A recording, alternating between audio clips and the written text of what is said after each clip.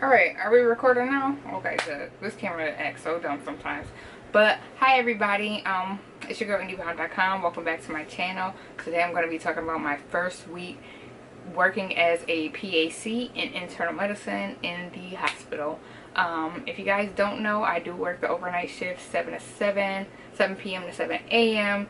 And last week was my first week, and I'm going to give you guys a rundown. So I do 7 to 7. I worked 3 shifts last week, Tuesday, Wednesday, Thursday, and then I had about 4 days off, and I'm going back in tonight for my second week. And my first day, I basically shadowed, I got a tour of the hospital. I shadowed the other APP that was there, and I just seen how things really worked. Then my second night, I was with another APP. If you guys don't know what an APP is, it is an advanced practice provider. Sorry, had a little you know, like a little moment, but yes, it's an advanced practice provider. Those are PAs and NPs. That's just our overall title. And that night I did a little bit more. I think I did 2 admissions that night. I had a stroke admission patient and another admission. I can't remember what it was for, but with admissions, we take patients from the ER and then we put them on inpatient services. So if someone comes in with something serious and they need to stay in the hospital, that's what we take. And then when you do the admission, is basically you go down, you assess the patient, you do the physical, you ask all the questions, you know, everything that you learn in school, family history, social history, history of present illness, chief complaint, old carts, onset, location, duration, aggravation, or what's the other? Aggravation or alleviation, what does the R stand for? Radiation, timing, and severity. That's what we learned as like a trick when, you know, when you're asking for the HPI and all of that good stuff, medications, allergies. Even though the ER docs and APPs already went through that stuff, we still ask those things. Then you do the paperwork, you do the whole SOAP note for the patient, etc., etc. So aside from admissions, we do inpatient care. So we have this thing called Imprivata Cortex, which is an application that allows APPs, doctors, and nurses to communicate with one another via text without violating HIPAA law. So you're able to put patient information into the Cortex, and in the hospital it can lag on the phone, but if you're on the computer it comes like that. It's like instant messaging. Oh my gosh, sorry. Gucci is being so bad and annoying and it's pissing me off. Sorry about that. My dog is bad.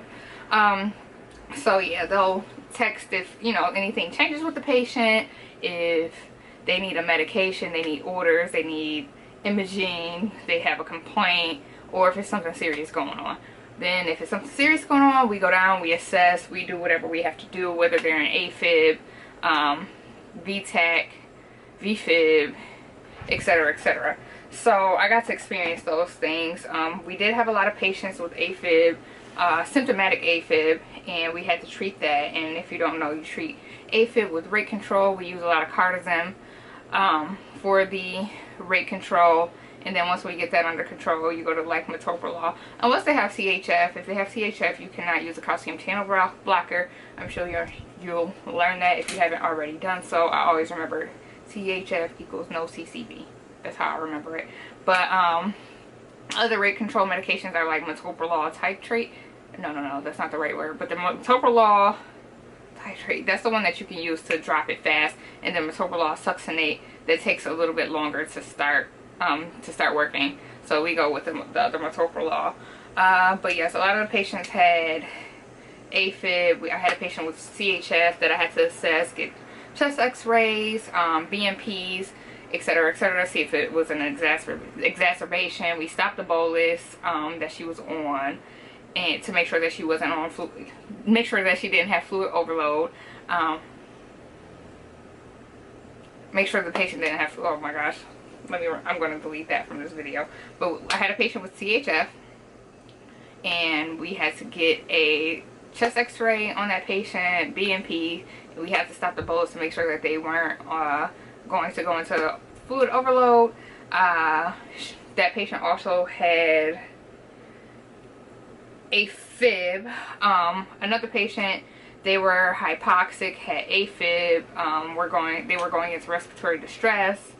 So we had to manage that. Had to get the not the nasal cannula, the mask. I can't think right now, I'm tired. But we had to do the mask, and that provides 100% oxygen. We had to continue to do that and rate control, and we had to get consistent EKGs. So anytime a patient is having any chest problems, just EKG, or chest x-ray, depending on what that problem is. Another patient, let me try to remember what else I seen for you guys, and then I'm going to get to the Q&A, because it was a lot. Like, these 3 nights that I did, that was a lot. I can't remember everything, because it's kind of like a blur. I do get to rest a bit on the overnights if we have some downtime. It depends on if we have downtime. I take my dinner to work. I take snacks, healthy snacks. I hate coffee, but I did drink coffee these last 3 nights. I'm going to try to like get a stronger green tea, because I just don't like coffee. And if I drink coffee, I end up putting so much creamer in it that it's no longer coffee. And I'm also lactose intolerant. So it's just like, it's not a good fit overall. Let me think. My 3rd night, I did like 3 admissions. I had a patient who had a stroke. And they were also, what else did they have? Oh, they had a history of strokes, and they wanted to leave, and they tried to go AMA about 9 times, and then I admitted the patient, and then that patient still went AMA, and I was like, wow, and I was tired anyways. So let's get to these little Q&As, because I can probably think of stuff as I read it. Okay, let's see what we have first. What aspects of practice does school really prepare you for, and where do you still need growth? School gives you like the basics of everything, but PA school, as far as inpatient goes and ICU goes, you don't really get prepared for that. You have to just do it and learn it. And it's definitely a learning curve. I need growth in all areas. Like, I'm a new provider, so yeah. Are you working 12-hour shifts? Yes. I'm stuck between pre-med and pre-PA. What is your why for choosing to be a PAC? I'm not answering that in this video. I guess I'll make another video about that one day. What is training and orientation like, and for how long? Well, this job is just a per diem, so I have to do a certain amount of training shifts to work independently per diem.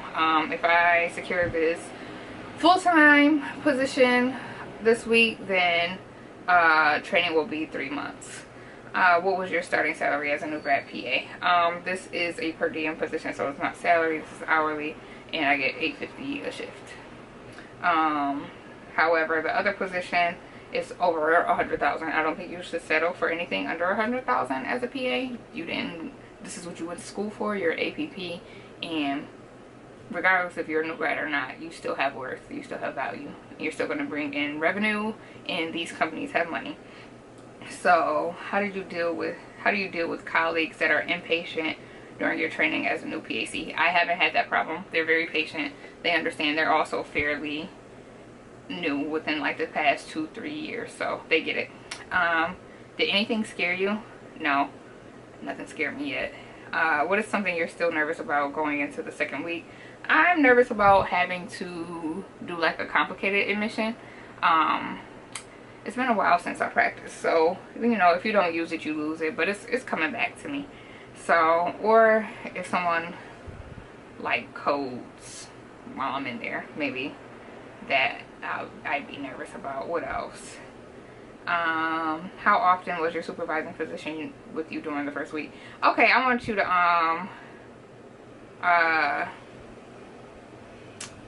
oh my gosh, I just read a funny message. I'm sorry. I want you guys to understand that supervising physician is not like watching over you and everything that you do when you're in APP. You have your own patients, you do your own stuff. But since I am training, I was with a physician. He's not my supervisor, but I was with a physician training as well. So yeah.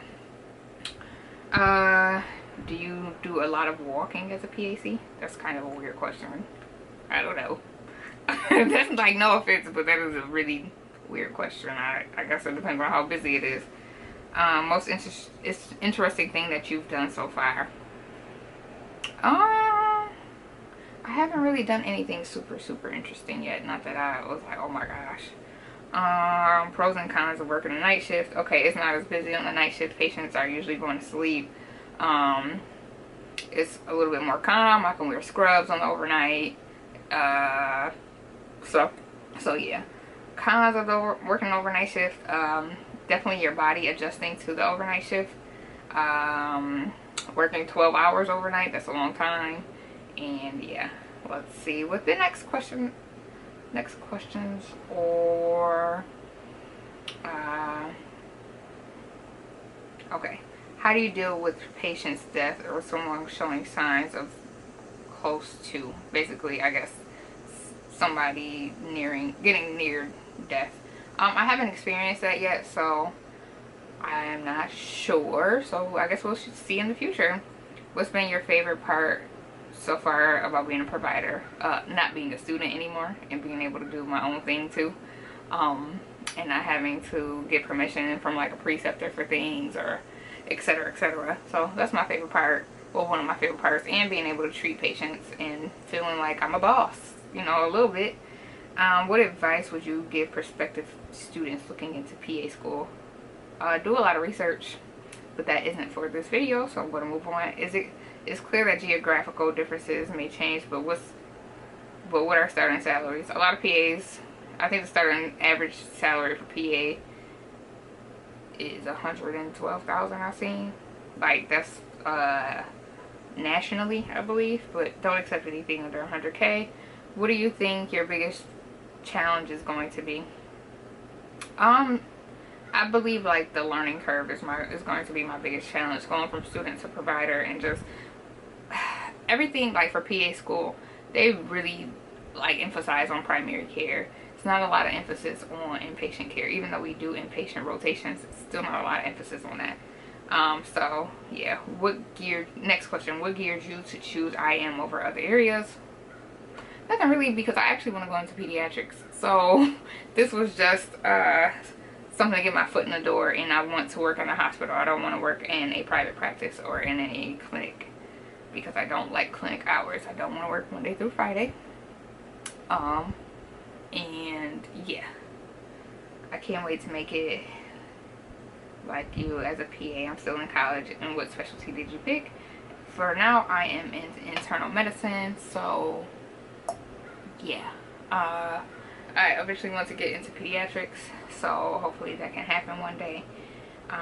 Let me see if any more questions came up before I finish this video. Can I get $20 from your first check? Boy, shut up. You know who you are. And let me just make sure. Sorry guys, I don't want to drag this on too long because I know people don't watch long YouTube videos. Let me just make sure. Let me make sure.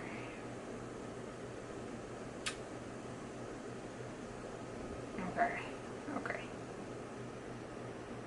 Alrighty, I think those are all of the questions that I have for now. I'm going to be taking a nap soon so I can get ready to go to work tonight. So yeah, and if you see my skin glowing, make sure that you watch my skincare routine. It is available on IGTV and YouTube. I did add some new products to my routine that's really got me glowing and flowing and all of that. So I'll make a video soon. It's just kind of hard. I'm very busy, especially this week, to do videos. So make sure you hit like, comment, and make sure you subscribe.